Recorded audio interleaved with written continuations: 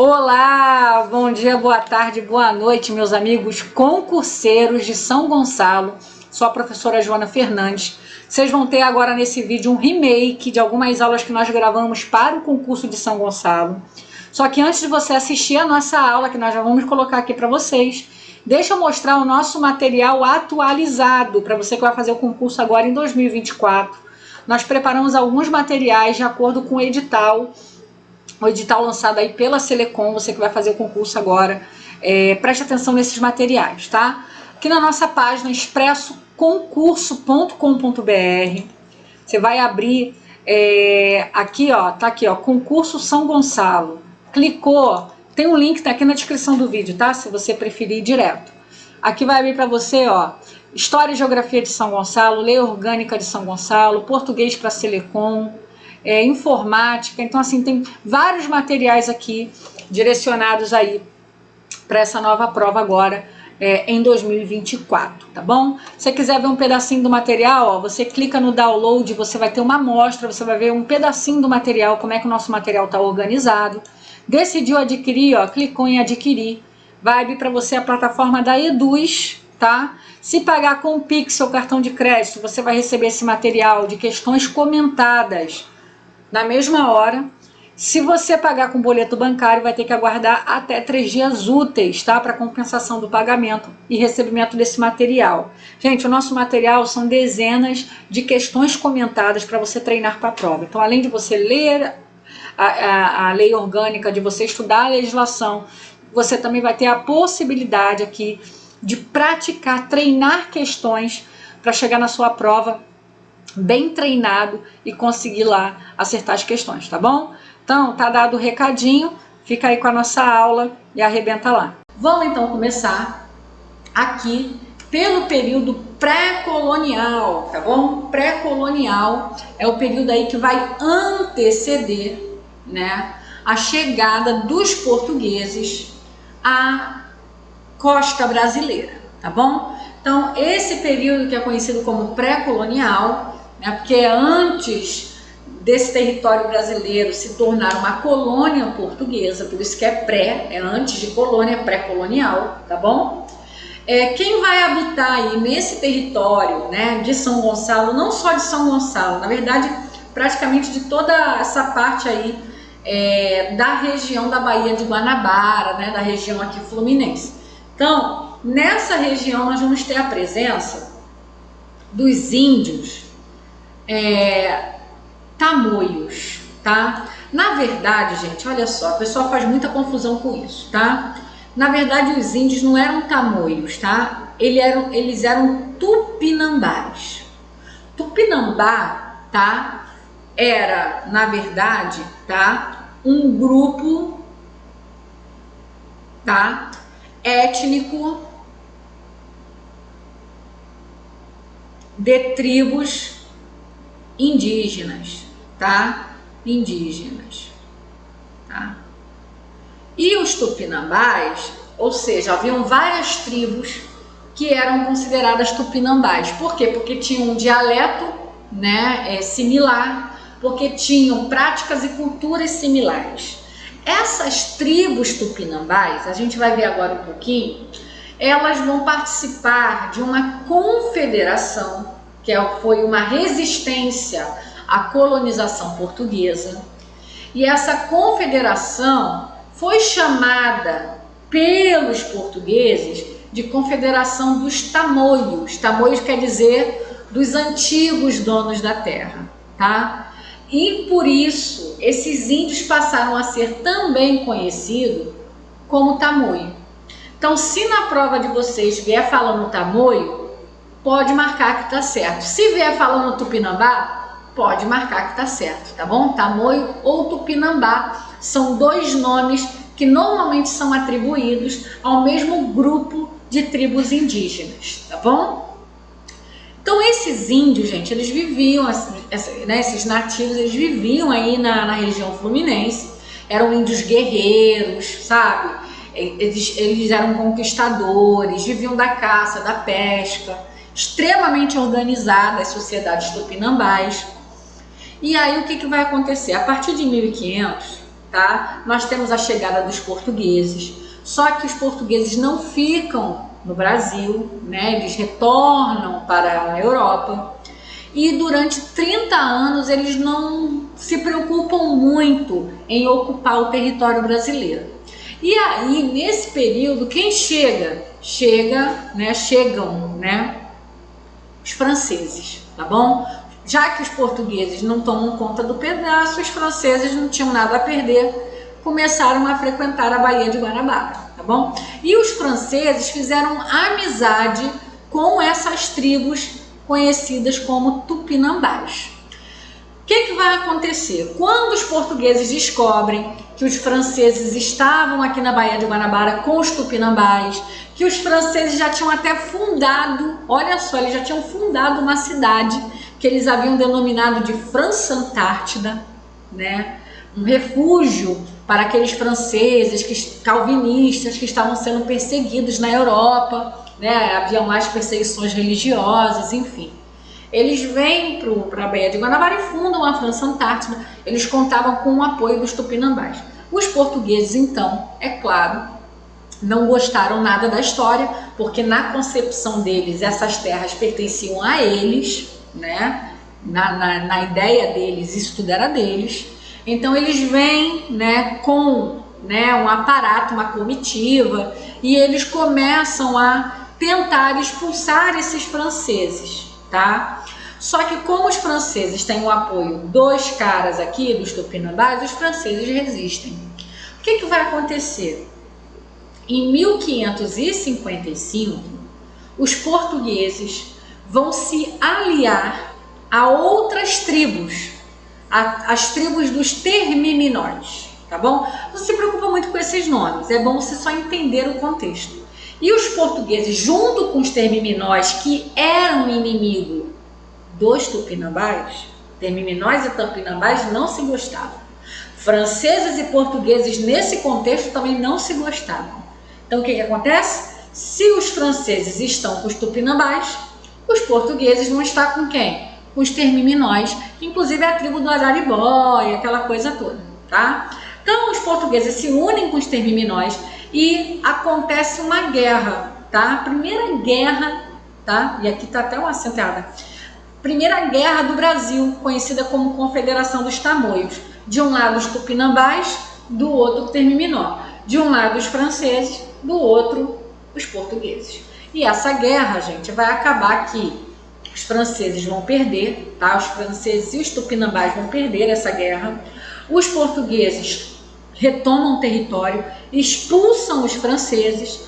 Os tupinambás, né, que os portugueses chamavam de tamoios, ou seja, vocês são os antigos donos da terra, vocês não são mais os donos, vocês são os antigos donos. Por isso que eles são chamados de tamoios, tá? Como os velhos donos da terra. Os portugueses vão assassinar, né, milhares de tupinambás, e os que sobreviveram se tornaram prisioneiros. Muitos foram escravizados, outros foram colocados dentro de aldeamentos, que eram comunidades feitas pelos padres jesuítas, para serem educados na fé cristã, para serem civilizados, tá? Essa era a concepção, ok? Então, gente, assim começa a história de São Gonçalo, tá? Guerra, tupinambá, né, que são também tamoios, a gente pode chamar assim, são aprisionados, são mortos, né, são expulsos, aí os franceses também, pelos portugueses. E aí a gente vai ver na próxima aula como é que essa história continua, tá bom? Uma dica, a gente vai falar agora de 1579, tá? Estamos falando aqui do século XVI, ok? Século XVI, onde, né, nós já falamos na nossa última dica, os portugueses expulsam os franceses da Baía de Guanabara, tomam conta do território e se estabelecem finalmente, né, no território brasileiro, tá bom? E aí em 1579, gente, vai ser fundado São Gonçalo, tá? Que no começo é um vilarejo, né, um pequeno povoamento e depois vai crescendo, crescendo até ser hoje a cidade que vocês conhecem, tá bom? Ela foi fundada, gente, em 6 de abril de 1579, por isso que é essa data aqui. Mas vamos compreender qual é o contexto aí de criação desse povoamento, ok? Vamos lá. O Brasil, gente, depois que os franceses são expulsos, enfim, que os portugueses precisam ocupar o território brasileiro, né? Eles criam uma estratégia. Eles vão dividir o Brasil em pedaços de terra, em faixas de terra, que nós vamos chamar de capitanias hereditárias. E, por sua vez, essas capitanias vão ser divididas em sesmarias, tá bom? Vamos entender isso rapidinho agora aqui. Eu vou mostrar para vocês o mapa para vocês entenderem. Ó, essa faixa aqui, ó, vocês estão vendo? Isso aqui, ó, isso aqui é Brasil, tá? Isso aqui é Brasil. Brasil naquele período não tinha ainda o tamanho que o território brasileiro tem hoje. Ele era só um pedaço, tá? Esse pedaço da costa, principalmente, ok? Essas faixas de terra aqui que vocês estão vendo, eu tô passando a linhazinha vermelha em cima, são as faixas que foi os pedaços de terra. Cada faixa dessa era uma capitania, tá? Era uma capitania. Ó, capitania, ó, essa aqui é a capitania do Ceará, que foi de Antônio Cardoso de Barros, tá vendo? Essa capitania aqui do Maranhão foi do Fernando Álvares, tá vendo? Cada capitania foi sendo entregue, tá? Cada pedaço de terra desse foi entregue a um aristocrata, a um fidalgo, a um homem, a um português importante, que seria responsável por administrar essa faixa de terra e prover, né, o povoamento da região e o desenvolvimento de cada região, ok? A capitania aqui, ó, de São Vicente, ó, nessa capitania de São Vicente é que vai estar a cidade de São Gonçalo, que vai estar aí o território, né, que hoje é a cidade de São Gonçalo, tá bom? Essas capitanias, gente, por sua vez, ó, o Vasco Fernandes Coutinho, ele pegou esse pedação aqui de terra. Gente, é muita terra. No mapa parece pequenininho, mas na prática isso é muito grande. O Vasco, ele não tinha condição, por exemplo, de ocupar isso tudo, tá? De cuidar disso tudo. Então, o que ele vai fazer? Ele vai pegar isso tudo e vai dividir em outros pedacinhos. Vai dividir, ó, vários pedacinhos. Cada pedacinho desse é o que a gente vai chamar de 6... Apaguei aqui, eu comi o troço rapidinho. Que a gente vai chamar, gente, de sesmaria, tá? É um pedacinho de terra aqui, ó, um sesmaria, sesmaria, sesmaria, sesmaria, sesmaria. E cada sesmaria ele vai entregar para um amigo, para alguém que ele confie, para que cuide daquele pedacinho. É um pedaço da capitania. A sesmaria é um pedaço da capitania, tá bom? São Vicente também foi dividido em várias sesmarias, tá? Várias. E uma dessas sesmarias foi a sesmaria de São Gonçalo, que fazia parte dessa capitania de São Vicente, tá bom? Então a gente tem Brasil, capitanias, sesmarias, tá bom? Brasil inteiro, coroa portuguesa. Cada capitania tinha um líder, tinha um cara que a coroa portuguesa colocou para administrar. E esse cara dividia a sua terra em sesmaria e doava para outras pessoas, né, da sua confiança, para que administrasse esse pequeno pedaço de terra e desse conta a ele, tá bom? São Gonçalo, no caso, essa sesmaria, né, dali se funda, foi uma sesmaria de São Vicente, e ela foi doada, né, e aí foi feito o povoado pelo Gonçalo Gonçalves, tá bom? Em 6 de abril de 1579, tá bom? Então, a região que até então era habitada pelos índios tamoios, a gente já falou isso na nossa dica anterior, tá bom? É isso, gente, tá bom? Não, tá bom, né? Tá bom? Tá claro, não tá? Percebeu? Tá tranquilo, não tá? Ó, a gente tem capitanias, temos Brasil, que até então era isso aqui, era Brasil, Temos aí diversas capitanias, cada capitania dividida em pedaços menores, que eu vou chamar de sesmaria. Uma dessas sesmarias foi dada ao Gonçalves. Nossa, quanto Gonço, né? Gonçalves. E ele vai fundar lá o povoado, né, de São Gonçalo, tá? Em 6 de abril de 1579. Tranquilão? Vamos lá? Vamos então falar agora, né, desse período aí que começa aqui em 1644, aí mais ou menos aí entre 1620 em diante, tá?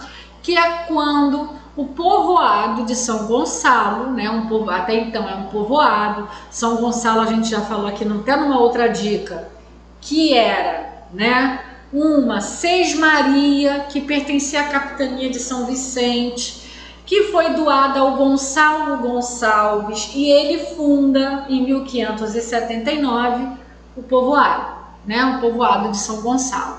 Então, esse povoado, ele vai receber já no finalzinho do século XVI, que é 1590 e alguma coisa, né, por aí, finalzinho do século XVI, início do século XVII, ele vai receber os jesuítas, tá?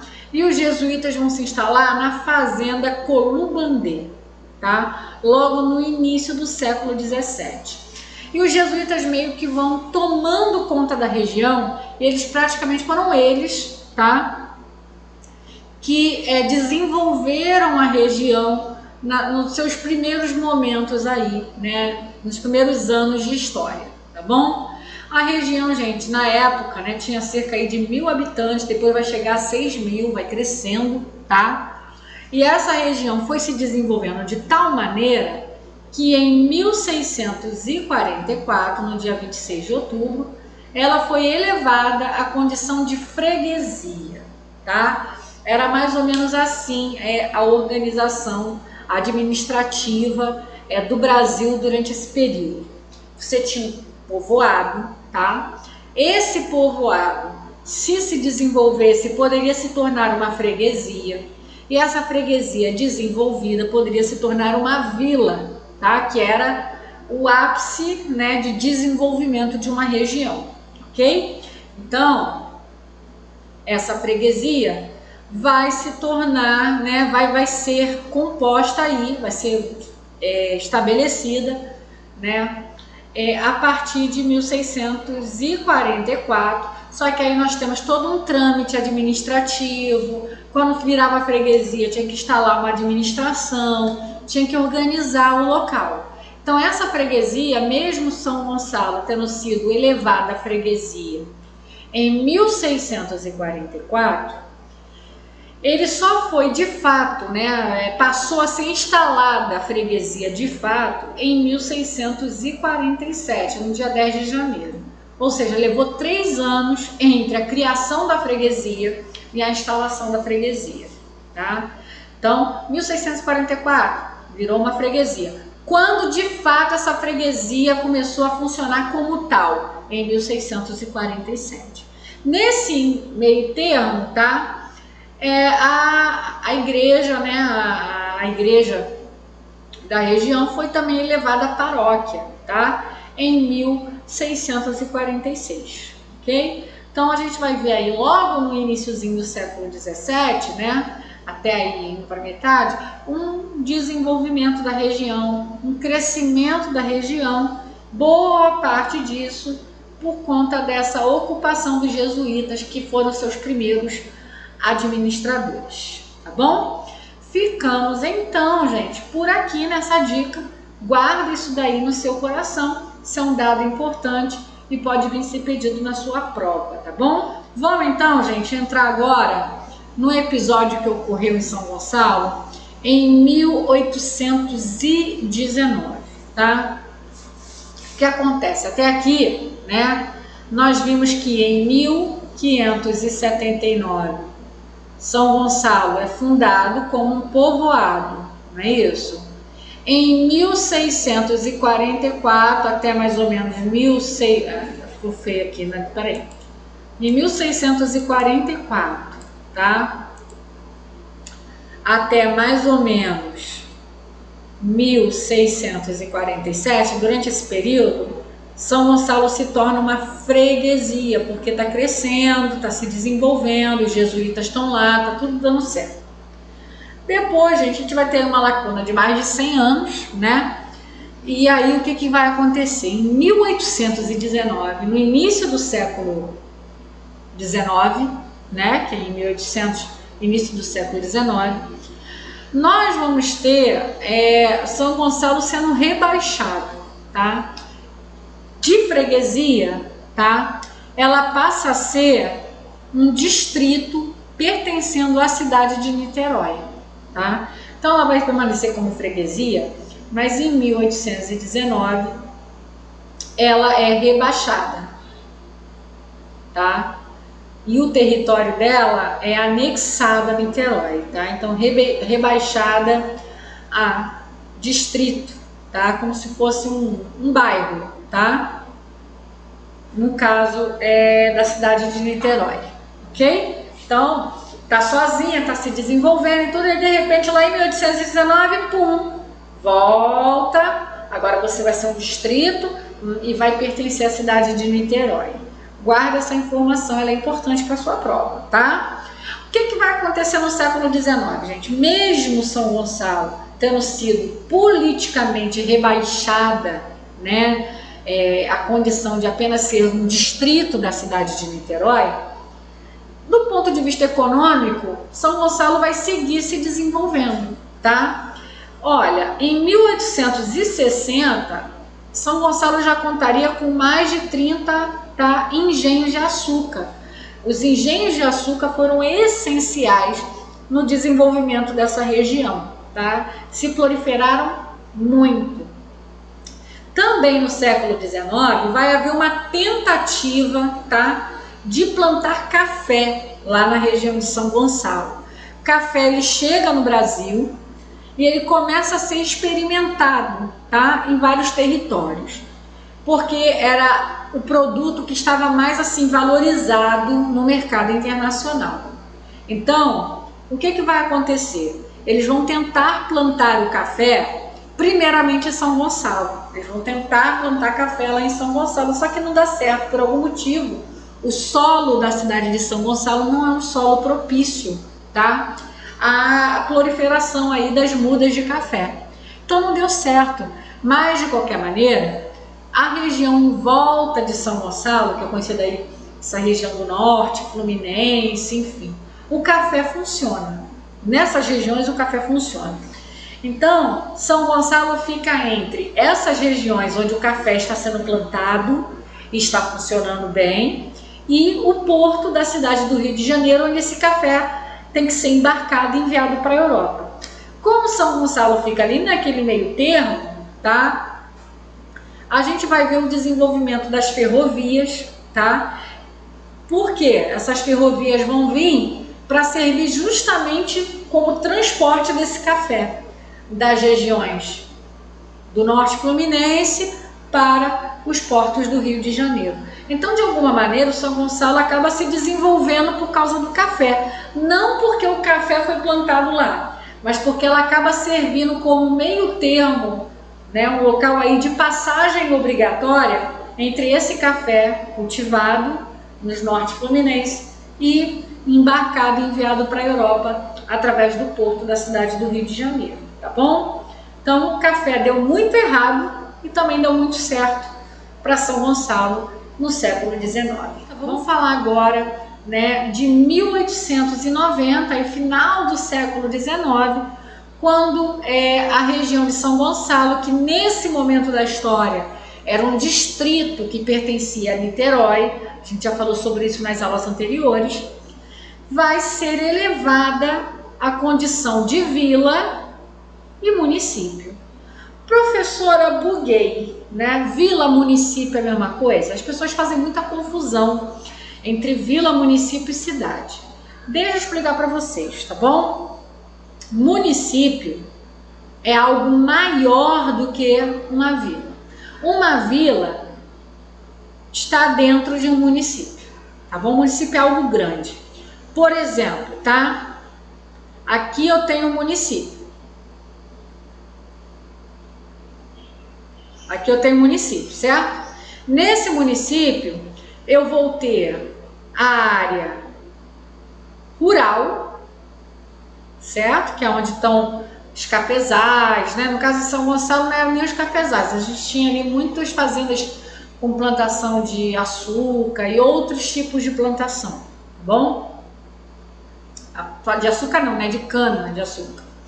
Nós temos a área rural e nessa área se desenvolve um pequeno trecho, né? Uma pequena região se desenvolve e se torna o que a gente vai chamar de vila, tá? Que está ligado a um processo, vamos dizer assim, de urbanização, tá? Um processo de urbanização. Essa pequena região urbanizada é onde vai funcionar a vila, tá bom? Então a vila está dentro do município, mas o município é algo maior do que uma vila. Então São Gonçalo vai ter lá a criação, né? Vai se tornar o centro, né, do povoamento ali, que foi freguesia, se tornou distrito, enfim. Aquele centro de povoamento vai passar a ser chamado de vila e São Gonçalo como um todo vai passar a ser considerado município, tá bom? Isso quando? Em 22 de setembro de 1890, ok? Depois a gente vai falar nas próximas dicas sobre quando vai virar cidade. Que cidade nada mais é, tá? Do que uma vila emancipada, tá? É uma vila emancipada, é uma vila que ganha uma honra de ser considerada uma cidade, é uma cidade, né? A gente vai falar sobre como aconteceu isso em São Gonçalo nas próximas aulas, tá? O que você precisa saber é que em 22 de setembro, guarda essa data no seu coração. Se você tem o hábito de fazer anotações assim, espalhar pela tua casa, coloca num papelzinho num lugar visível, tá? Que a criação do município de São Gonçalo foi em 22 de setembro de 1890, a criação do município, tá bom? Pelo decreto estadual de número 124, ok? Porém, gente, só foi instalado no dia 12 de outubro do mesmo ano, é que o município passou a funcionar. Mas, olha aqui, ó, o aniversário da cidade de São Gonçalo até os dias atuais é comemorado todo dia 22 de setembro, que em 1890 foi a data da criação do município, tá? O que vai acontecer, gente? Em 8 de maio de 1892, 2 anos depois, vai vir um decreto, decreto número 1, que vai fazer com que São Gonçalo baixe a bola, deixa de ser vila, deixa de ser município, volta a pertencer a Niterói. Só que aí no mesmo ano, já no final, no dia 7 de dezembro, vem o decreto número 34, fazendo com que São Gonçalo volte a ser uma vila, volte a ser um município, e aí o município ele é restaurado, tá bom? Então a partir daí, 1892 e diante, não tem mais o que se falar sobre São Gonçalo ficar debaixo aí da tutoria do município de Niterói, tá bom? São Gonçalo vai seguir o seu curso como vila, e depois, como a gente vai ver aí na próxima dica, como cidade, tá bom? Hoje vamos falar de 1922, que foi quando a então Vila de São Gonçalo se torna cidade de São Gonçalo, tá bom? A gente viu na nossa última dica que em 1892 São Gonçalo se torna um município, né? E a sede desse município se torna uma vila, tá? É a sede do município, tá? O município é algo muito maior, ok?